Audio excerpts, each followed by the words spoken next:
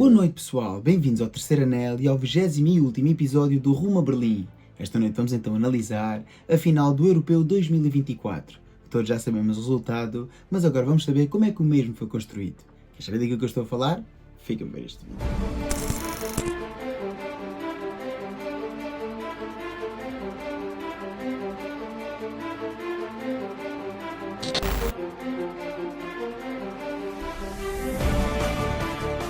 Hola, buenas noches a todos los españoles y enhorabuena por una nueva conquista en la Eurocopa, que ya son ahora líderes en solitarios de esta competición.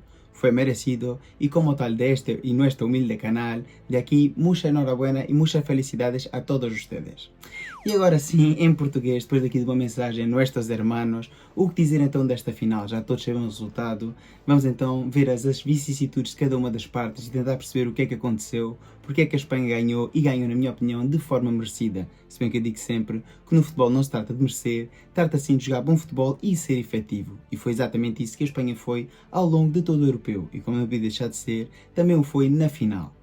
Espanha 2, Inglaterra 1. Todos sabemos o resultado e sabemos porque é que isto aconteceu. Porque claramente a Espanha foi muito superior à Inglaterra, tal e qual como foi muito superior a todas as equipas que jogou ao longo deste torneio. Teve períodos de fragilidade contra algumas seleções, e houve algumas seleções que lhe causaram dificuldades, mas estamos a falar de uma seleção que ganhou todos os jogos, algo que só aconteceu, por exemplo, no Brasil de 70 de Pelé, quando foi campeão do mundo, e poucas mais vezes ao largo da história do futebol em competições, quer seja de clubes, quer seja de seleções. Ora, falando um pouco mais, vamos então começar por ver os 11, que é a melhor maneira de analisar esta partida. Ora, a Espanha de Luís de la Fuente entrava assim num 4-3-3 como já era habitual. Não fez assim grandes alterações, a não ser a entrada de Lenormand para o lugar de Nacho, comparativamente com a última partida. E como é lógico, voltava a apostar no mesmo modelo de jogo, bastante incisivo nas alas. Já a Inglaterra de Southgate voltou a apostar também na mesma formação tática, embora aqui a mesma não apareça assim disposta, voltou a jogar com 3 centrais e 2 carrileiros, com Saka e com Shaw. Desta vez introduziu Shaw em vez de Trippier. No meio campo voltou a jogar uma vez mais com Rice e Maino, e na frente jogou então com Foden e Bellingham por detrás de Harry Kane. Mas sinceramente esta Inglaterra foi muito pouco ambiciosa e muito pouco corajosa, e não estou a falar dos jogadores. É assim, eu tenho que ser sincero comigo próprio. Quando fiz a análise do jogo e quando fiz assim a minha previsão, disse que havia uma maior percentagem de vitória para a equipa da Inglaterra, 55-45. Sim, não me esqueço do que disse. Mas estava a avaliar os jogadores em termos daquilo que os mesmos podem aportar. Sinceramente, quando eu tento fazer um 11 combinado das duas seleções, do seu valor real e não de como jogaram neste europeu, como é evidente, só me saem para aí 3 jogadores da seleção espanhola e 8 da seleção inglesa. Sei que posso estar a ser injusto e poderás ter uma opinião diferente, mas sinceramente acho que o potencial e a qualidade dos jogadores ingleses não justifica este jogo tão pobre, e isto não é pobre, isto é paupérrimo. O jogo que a Inglaterra apresentou ao longo de todo o europeu é realmente deplorável, e o grande culpado disto tudo, na minha opinião, é Gareth Southgate, que não pode continuar à frente desta seleção. Já são 8 anos e 2 finais perdidas da forma como as perdeu, jogando um futebol rácano, um futebol pobre, um futebol sem ideias, um futebol que não é digno de uma seleção tão forte como a inglesa. É um facto que os ingleses normalmente não ganham nada, mas não pode jogar assim tão mau futebol. Não é possível.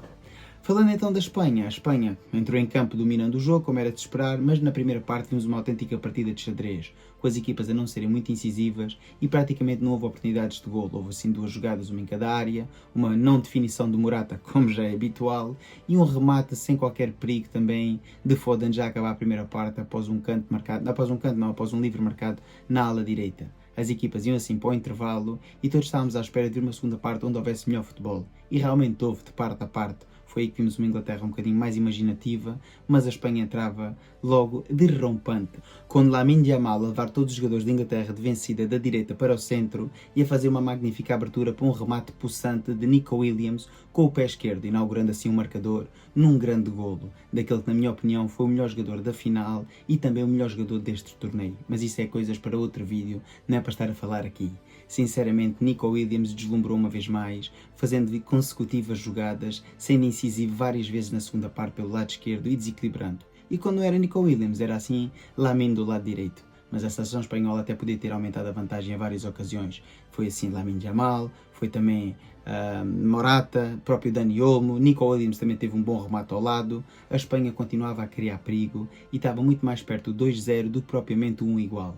No entanto, num lance quase fortuito da Inglaterra, e aqui temos que nos lembrar que por esta altura Gareth Southgate já tinha abdicado praticamente da vitória, retirando de campo Harry Kane. Sim, muitas pessoas poderão dizer que Harry Kane não estava a fazer nada, mas não estava a fazer nada porque as bolas não chegavam lá. Também não estava a fazer nada Jude Bellingham, também praticamente não estava a fazer nada Bukayo Saka, nem tampouco Phil Foden. As bolas não chegavam ao setor ofensivo, mas ele retirou assim de campo o seu avançado, capitão e um dos jogadores mais que pode ser decisivos numa partida de futebol, e punha assim primeiro Watkins, tentando assim repetir o sucesso da eliminatória anterior, e depois também Cole Palmer. E como eu estava a dizer, a Inglaterra num lance ofensivo pela direita, um passo para o centro da área e Jude Bellingham a fazer um passo atrasado para a cabeça da área, e Cole Palmer, recém-entrado, com um potente remate de pé esquerdo, em parábola, bola rasteira, punha a igualdade no marcador e dava assim esperança a esta Inglaterra.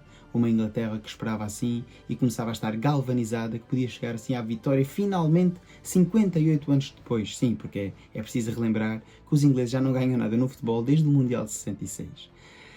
Inclusivamente a Inglaterra começou a jogar melhor, teve algumas situações de, não vou dizer de perigo porque não houve remates à baliza, mas via-se que a Inglaterra estava por cima no jogo, a dominar o meio campo e a criar assim situações incisivas por ambas as alas. Mas assim o destino não o quis e foi a Espanha que voltou a galvanizar-se já perto do fim, com Oyarzabal recém-entrado, uma jogada uma vez mais pela esquerda, um passe do centro para Cucurella, do próprio Oyarzabal, e Cucurella a retribuir-lhe assim um favor, e Oyarzabal no centro da área com um toque magistral a pôr o 2-1 final no marcador.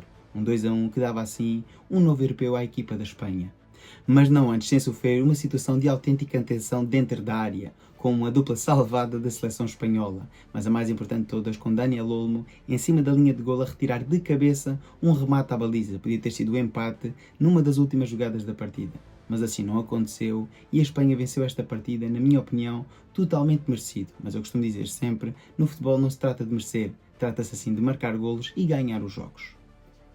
Ora, quando olhamos então para as estatísticas, vemos exatamente aquilo que eu estive a falar. A Espanha foi muito superior. 64% de posse de bola, 30 ações na área adversária contra apenas 16, 16 remates contra 9, sendo dos quais 6 contra 4 dos remates enquadrados. Mas nem é tantas estatísticas, foi mais as sensações que ficaram em campo. Uma Espanha que abrumou completamente a equipa da Inglaterra e que não deu qualquer hipótese do início ao final do jogo. Houve aquele lance quase fortuito de ataque inglês que originou o empate e aquela jogada que eu falei que Daniel Olmo tira de cima da linha. Mas tirando isso, é muito pouco para uma Inglaterra que merecia assim jogar melhor futebol. E atenção, não é merecia ganhar, é merecia jogar melhor futebol.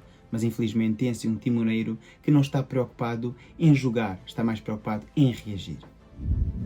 Ora agora, falando das menções honrosas do dia, não vou dizer qual é a equipa do dia, porque como é evidente é a seleção espanhola, pois ao fim e ao cabo foi assim campeã europeia, sagrando-se campeã europeia em Berlim, no Olympia Estádio completamente repleto de adeptos do mundo do futebol, não só espanhóis, mas também ingleses e pessoas neutras que foram para lá para desfrutar de uma bela partida, que na minha opinião foi.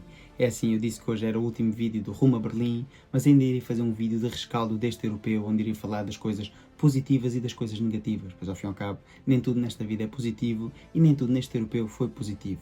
Positivo foi assim a atuação de um jogador que tem que ser considerado o MVP da jornada. E estou a falar então de Nico Williams. Já o disse anteriormente, quando estava a falar do jogo em si, para mim foi o melhor jogador em campo e muito provavelmente o melhor jogador do torneio. Mas isso deixarei assim, para quando falar do melhor 11 também irei fazer um vídeo sobre o melhor 11, onde, como é evidente, estarão presentes muitos jogadores espanhóis. Voltando a Nico Williams fez tudo, foi claramente o jogador mais precursor no ataque. É verdade, todos os focos estavam virados para Lamine, pois era assim um miúdo que tinha cumprido 17 anos no dia anterior, mas para mim Nico Williams é um jogador muito mais evoluído, um jogador muito mais feito e é um jogador muito mais perigoso. Lamine é a referência de um jovem, aliado a uma grande qualidade técnica e que marcou um autêntico golaço, como é evidente que estava nos focos do mundo. Mas para mim Nico Williams é o autêntico artífice desta vitória espanhola. Não vou dizer do torneio inteiro, porque há jogadores muito importantes, como é o caso também de Rodri, e o próprio Lamine também foi importante em certas fases, mas ontem à noite Nico Williams foi quase meia equipa espanhola, sempre insistindo pela ala direita, transições para o meio, tal e qual como a gente tinha falado no vídeo de previsões, foi um autêntico demónio que deu cabo, abrumou completamente e avassalou todos os defesas ingleses que se meteram assim à sua frente. E na minha opinião não podia ser outro jogador o MVP da partida. E agora chegamos então ao momento mais aguardado do vídeo, e nesta partida houveram 3 golos. Na minha opinião, os 2 primeiros golos são grandes golos, talvez até a discussão técnica mais difícil e mais vistosos, mas para mim o melhor gol do dia é claramente o gol que dá a vitória à Espanha. Não só pelo toque magistral de Oyarzabal, a meter assim a bola no fundo das redes, mas também pela jogada envolvente em si. E como estamos a ver aqui, Oyarzabal faz a condução pelo centro, abre na ala para Cucurella e desmarca-se. E o jogador do Chelsea, inteligentemente, mete a bola no espaço. Não mete a bola no jogador, mete sim a bola onde sabe que o mesmo vai estar. E Oyarzabal já em carrinho, dá um toque e faz assim a bola acabar no fundo das redes, dando assim a vitória no jogo e mais uma taça à seleção espanhola. E aqui uma pequena curiosidade, quando eu comprei esta camisola, a seleção espanhola tinha 1 europeu e 0 mundiais. Neste momento a seleção espanhola tem 4 europeus e 1 mundial. E é a seleção mais vitoriosa do continente europeu no que toca assim ao europeu de futebol. Claro que nos mundiais não, temos seleções com mais mundiais, como é o caso da Itália, como é o caso da Alemanha, mas em termos de europeu, a seleção espanhola é claramente a dominadora. E quando olhamos para os últimos 15, 20 anos, não há seleção nenhuma na Europa que tenha brilhado mais alto do que nossos hermanos de La Roja. É assim, está feito então o vídeo, espero que tenham gostado. Se for o caso, dá o like, comenta, partilha, subscreve. Já sabes, para cá se tiver X, segue no X e ajuda a crescer o canal. Já acabou o europeu, já temos que começar a pensar na próxima competição. E como tal, Força Portugal!